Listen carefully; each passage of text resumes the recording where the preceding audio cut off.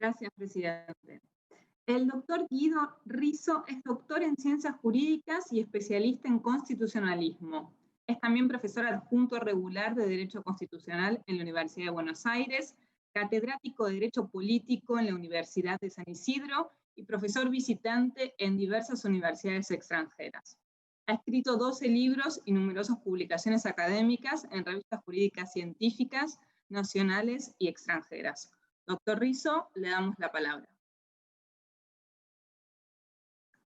El micrófono. Ahí está. Bueno, ¿se me escucha bien ahora? Bueno, muchas gracias a la comisión por la invitación cursada. Este tipo de audiencias y de apertura al debate siempre es bienvenido y celebrado y agradezco especialmente la invitación. Bien, yo he podido revisar un poco las audiencias pasadas por las redes, de modo que para los otros expositores mi intención es no ser repetitivo y voy a ir a ciertos puntos muy concretos. Voy a dividir mi exposición en dos partes. La primera se va a referir específicamente al artículo 120 y a cierto diseño que hizo allí el constituyente, y luego a determinadas características, a ciertos rasgos definitorios del sistema de justicia global, ¿no? Lo primero que quiero señalar para enmarcar la cuestión es que nuestra Constitución Nacional es una Constitución que en lugar de resolver problemas nos ha generado muchísimos problemas. Es una Constitución, me refiero específicamente a la reforma del 94, es una Constitución contradictoria en muchos aspectos, una Constitución a medio camino, incompleta, y esto por supuesto genera tensiones constitucionales y en concreto problemas institucionales, problemas sociales, problemas políticos, problemas económicos, de toda índole. Quiero decir con esto que el constituyente del 94, en líneas generales, sobre cuestiones muy importantes, muy trascendentes, no consiguió ponerse de acuerdo, no acordó institutos que son fundamentales para el diseño político institucional. Y todos estos desacuerdos, todas estas discusiones, todas estas diferencias que el constituyente no logró saldar en el debate, luego fueron trasladadas a las distintas leyes orgánicas que venían a regular ciertos institutos. El caso del artículo 120 es un ejemplo muy concreto. Hace falta simplemente observar la versión taquigráfica del debate constituyente para entender que no había un acuerdo sobre qué ministerio público se quería, como tampoco había un acuerdo sobre qué consejo de la magistratura se quería. Por eso tenemos un artículo 114 y un artículo 120 que tienen una, yo digo, muy mala técnica legislativa, están cargados de un vocabulario, de una terminología muy ambigua, vaga, son artículos incompletos y, como dije recién, delegan finalmente el armado real de esos órganos en el legislador ordinario, en el legislador común, quiero decir. Ahora, esta suerte de cronoterapia a la que apostó el constituyente le funcionó a la inversa, es decir, todas las diferencias y las dudas y los conflictos que no se saldaron a la Convención Constituyente, luego fueron reproducidos en las distintas leyes orgánicas que intentaron regular tanto el Consejo de la Magistratura como el Ministerio Público.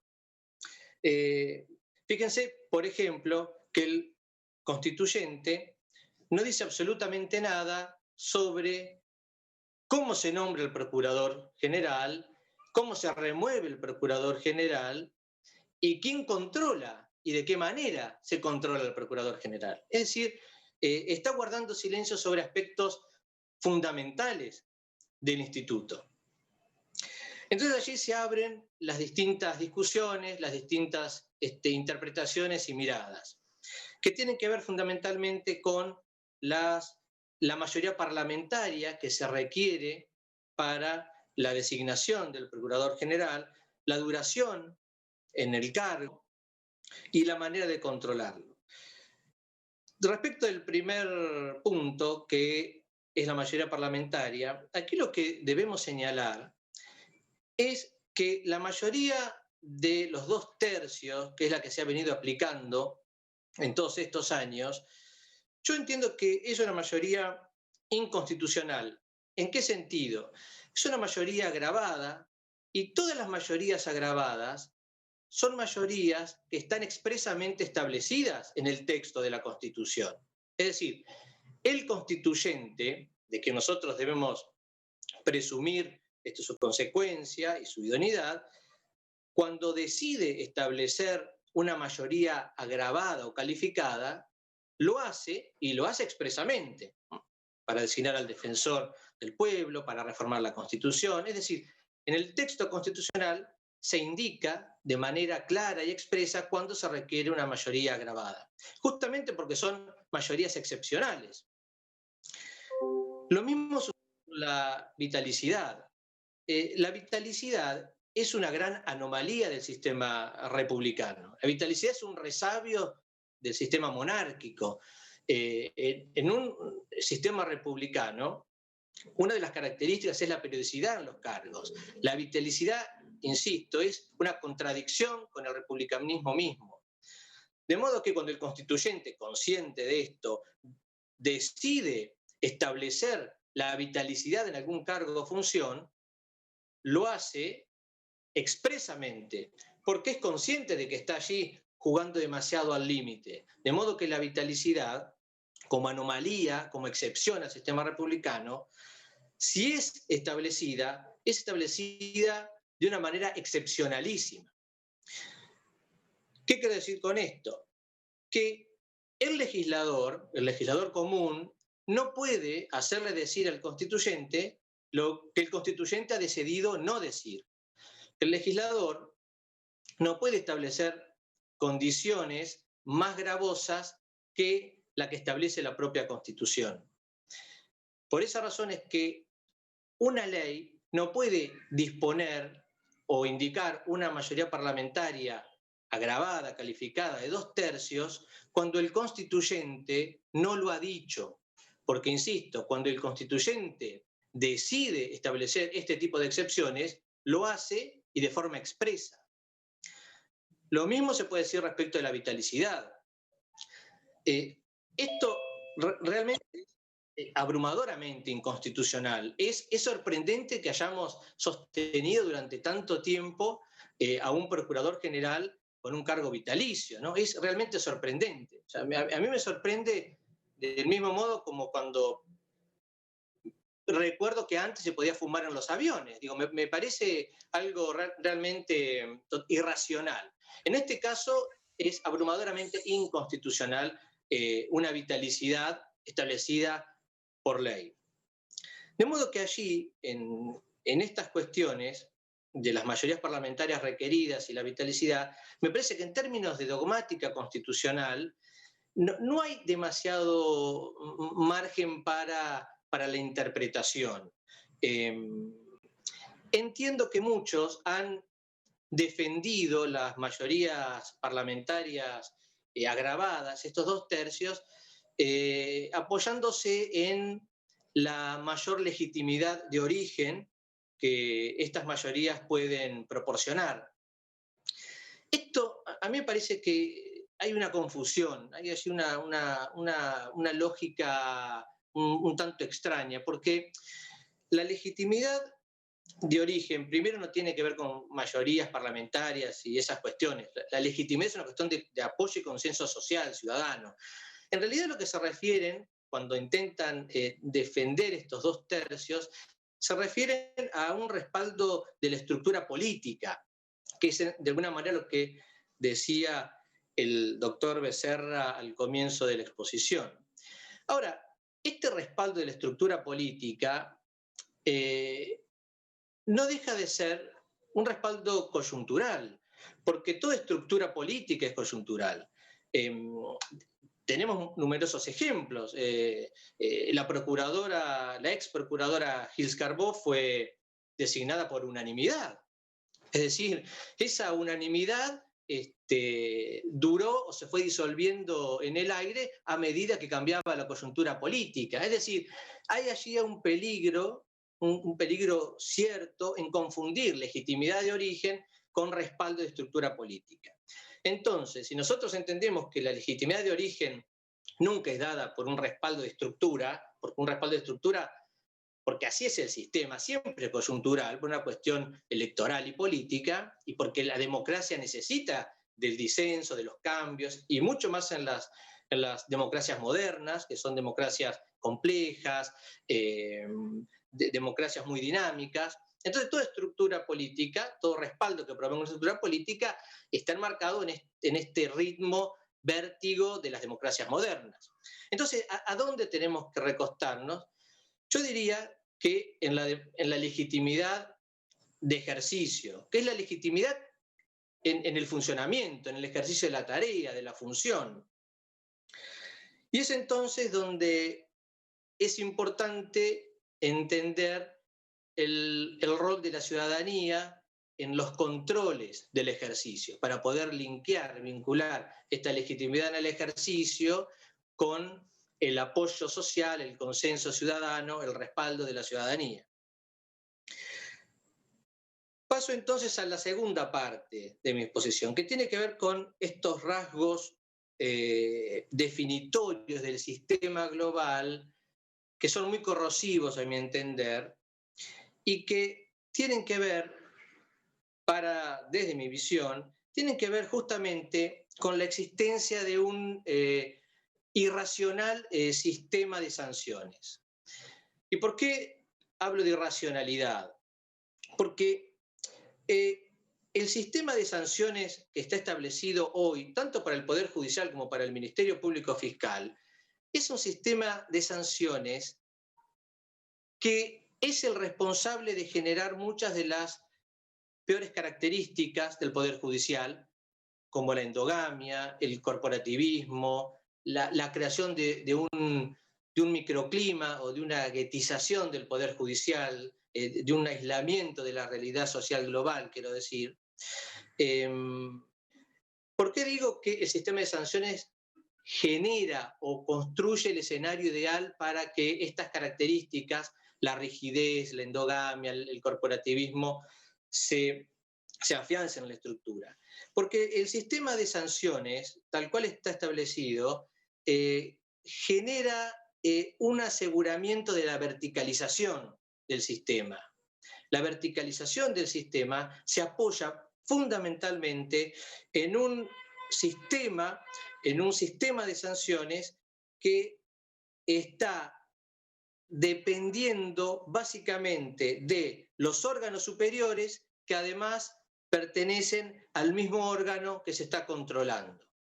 Es decir, lo que se necesita para debilitar los rasgos negativos del sistema global de justicia, Poder Judicial, Ministerio Público, lo que se necesita finalmente es que los encargados de ejercer el control y establecer las sanciones respectivas no sean los órganos superiores y que además estén por fuera de la estructura judicial. Es decir, el poder disciplinario o el sistema de sanciones nunca debe estar dentro del propio órgano. Esto es una contradictio in termini, es una especie de contradicción en sí misma. Entonces, ¿cómo se vincula esto con la legitimidad en ejercicio o la legitimidad en el funcionamiento? Tiene que ver, entiendo yo, con encontrar un mecanismo de control, un sistema de sanciones totalmente alejado, independiente y externo de, en este caso, el Ministerio Público Fiscal.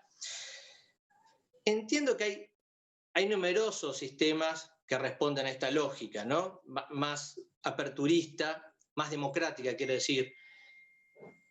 Pero la realidad es que en nuestro sistema, hoy por hoy, contamos con la comisión bicameral, con la comisión bicameral permanente, y la existencia de esta comisión bicameral, de alguna manera, está permitiendo, quiero decir, de manera indirecta, que la ciudadanía pueda participar en el ejercicio del control.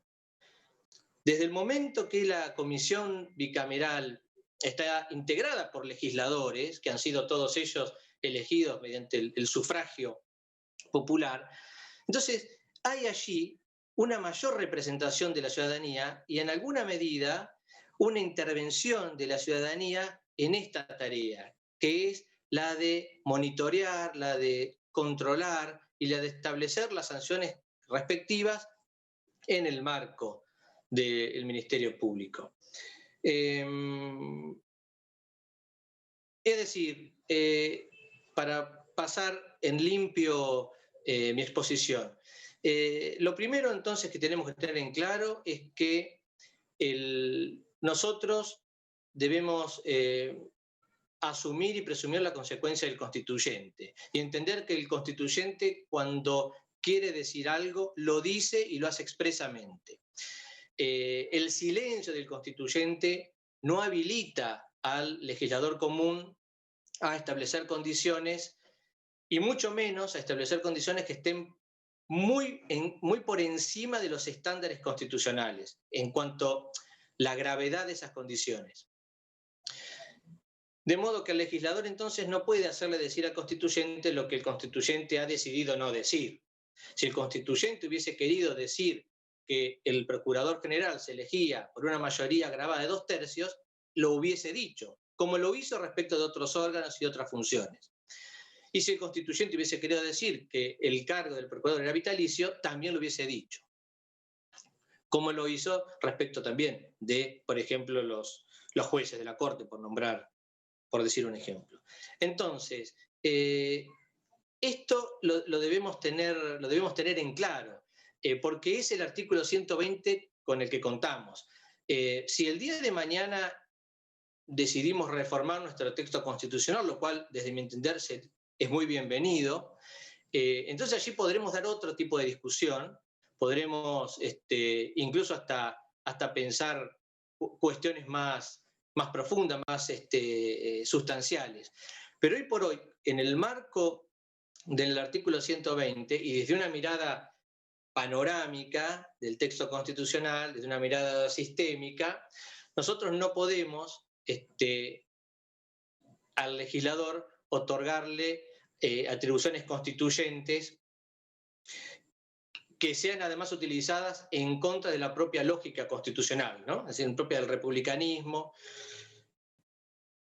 Y por último, el sistema de sanciones. Es, insisto, una contradicción en sí misma la existencia de un sistema sancionatorio que esté dentro del propio órgano, que esté en manos de jerarquías o estadios superiores, porque todo esto finalmente potencia los rasgos más nocivos de las burocracias judiciales, que ya de por sí son burocracias jerarquizadas, verticalistas. Tenemos que recordar que cuando el constituyente en el 53 observaba modelos a tomar, se quedó con este modelo tecnoburocrático, piramidal, militarizado, que es el que tenía Francia en la etapa napoleónica, de modo que tomó ese modelo. Y esos modelos burocráticos, jerarquizados, piramidales, que responden a esta escuela militar, tienden a potenciar todos sus rasgos negativos, la rigidez, la endogamia, el corporativismo y muchísimos otros que no quiero extenderme en ese sentido. Una manera de desactivar estos rasgos negativos es sacando el sistema de sancionatorio de adentro del propio órgano, autonomizándolo, volviéndolo externo, independiente. Y si se le puede dar al menos indirectamente intervención a la ciudadanía, creo que la comisión bicameral permanente puede llegar a cumplir un rol muy importante en esta tarea. Por supuesto, esta comisión se puede dividir, diagramar de acuerdo, bueno, a un sistema u otro, ¿no? Con un tribunal de disciplina, con un tribunal acusatorio. Esto es cuestión de resolverlo de una manera orgánica. Pero creo que el marco de la Comisión Micro Permanente es un marco muy, muy razonable, muy oportuno, que se adecúa al texto constitucional, que permite una participación indirecta de la ciudadanía en esta función y que al mismo tiempo rompe este círculo vicioso de esta cadena, de esta guetización que muchas veces la sociedad observa respecto del sistema de justicia. Y respecto del plazo, por último, me parece, por supuesto, que creo que la inconstitucionalidad de la vitalicidad es abrumadora. Esto creo que ya no es una cuestión casi de interpretación o debate. Creo que el plazo de 5 años es un plazo razonable. Creo que un plazo mayor ya podría traer algunas dificultades, pero creo que un plazo de 5 años, tal vez menos también, pero es un plazo que se adecúa al diseño jurídico-político que tenemos en la Argentina. De modo que creo que ya he estado en mis 15 minutos. Quedo a disposición para alguna pregunta, alguna cuestión, y agradezco nuevamente la invitación recibida. Muy bien, muchas gracias, doctor Risso.